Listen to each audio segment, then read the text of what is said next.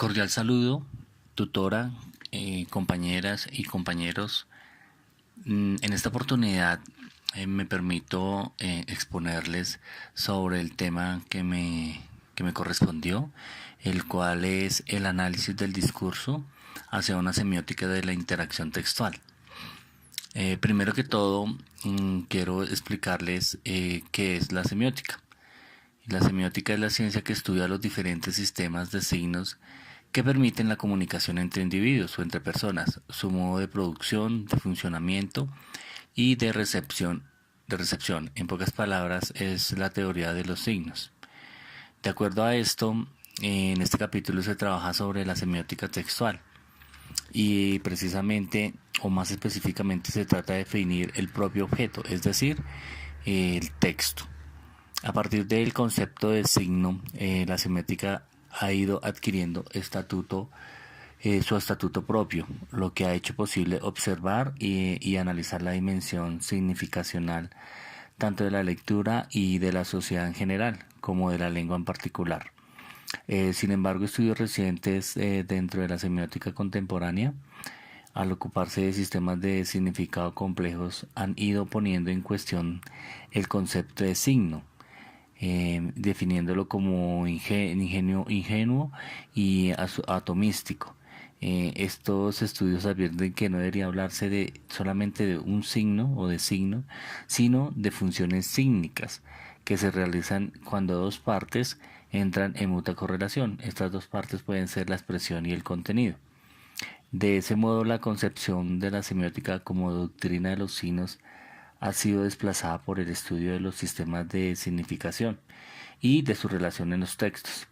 Una consecuencia del desplazamiento del signo a los sistemas de significación es la de centrar la mirada semiótica en el texto o discurso, considerado en un primer momento como secuencia de signos que produce sentido. Pero es una suma de signos lo que produce no es una suma de signos lo que produce el sentido, sino el funcionamiento textual. Los textos son el lugar donde el sentido se produce y produce una práctica significante.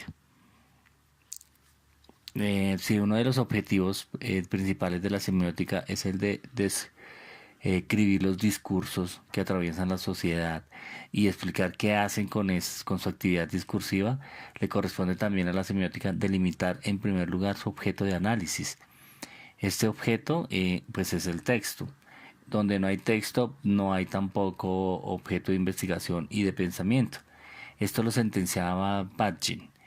Y cuando este semiólogo ruso trató de definir el área de su trabajo, citó precisamente en el texto el confín y los puntos de contacto y de intersección de todas las disciplinas que intervenían en su análisis, como la filosofía, la lingüística, la llamada crítica literaria, etc.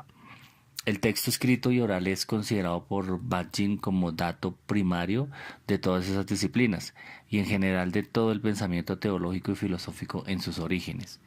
Y en ese sentido señalaba que el texto es aquella realidad inmediata, realidad de pensamiento y de emociones, sobre la cual solo pueden fundarse estas disciplinas y ese pensamiento.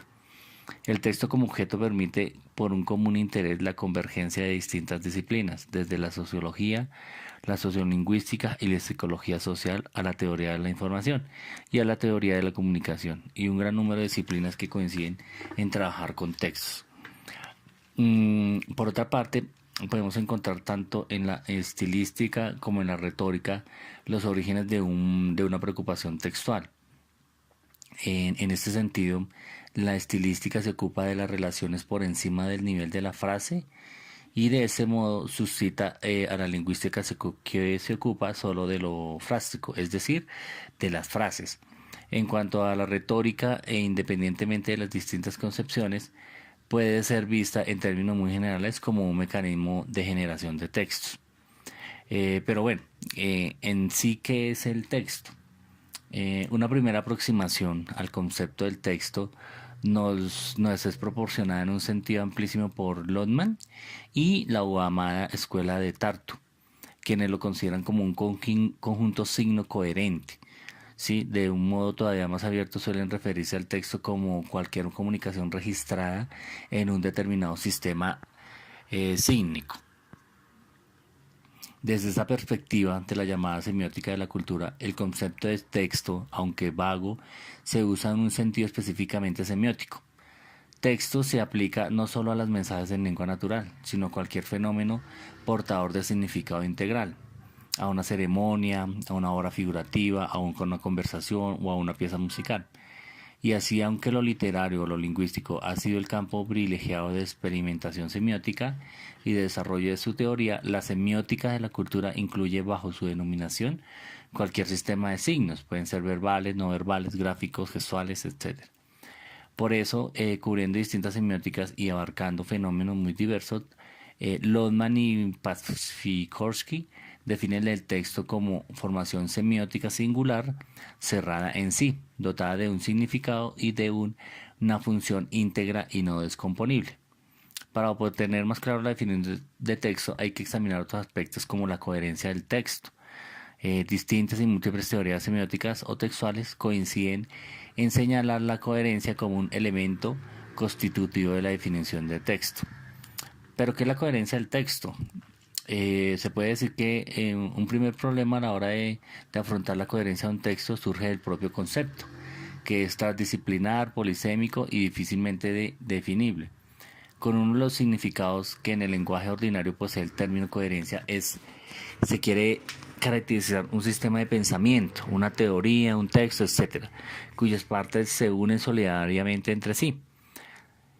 La coherencia entraña elementos de conexión, es decir, une elementos de la frase que nos da un sentido o una coherencia.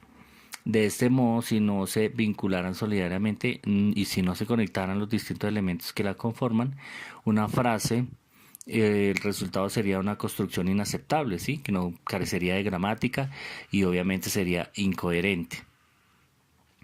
¿Cuáles son los elementos de la coherencia? La coherencia es una propiedad semántica de los discursos, basada en la interpretación de cada frase, individual relacionada con la interpretación de otras frases. Intuitivamente sabemos si algo es coherente o no, por cuanto en una secuencia de frases vemos una de ellas como causa de la siguiente, es decir, todo tiene un orden. Un discurso es coherente si para cada una de sus sentencias las sentencias previas son relevantes. En otras palabras, si una interpretación adecuada de una enunciación recurrente en un discurso requiere del conocimiento de los elementos precedentes. Previamente debemos distinguir netamente entre una coherencia superficial, léxico-gramatical y una coherencia global del texto.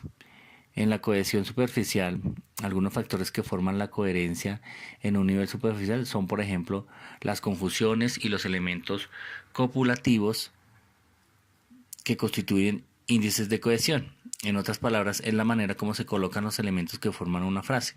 Estos elementos pueden ser las palabras, los verbos, los conectores, adjetivos, etc. En la cohesión global, Van Dijk concibe la macroestructura como la estructura abstracta, subyacente o forma lógica de un texto que constituye la estructura profunda textual. Mediante el concepto de macroestructura, Van Dijk quiere hacer frente a la idea de que la coherencia textual se determina solamente en el nivel de las relaciones interfrásticas. Sin embargo, la macroestructura también contribuye no solo a la coherencia global, sino también a la coherencia local en el nivel inferior de las conexiones entre proposiciones de las frases. En todo caso hay que hacer notar la interrelación e interdependencia entre microestructura y macroestructura. Tal relación se realiza mediante unas reglas necesarias para la proyección semántica que vincula las proposiciones de la microestructura con las macroestructuras textuales. El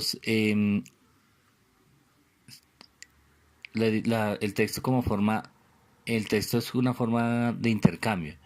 Desde una perspectiva sociosemiótica, el texto es contemplado como un intercambio social de sentido. Al caracterizarlo como un proceso de tal tipo, el texto es considerado en su significación más general como un hecho sociológico y en un encuentro semiótico a través del cual los significados que constituyen el sistema social se intercambian y por sus actos de significar la realidad social es creada, mantenida en buen orden y continuamente modelada.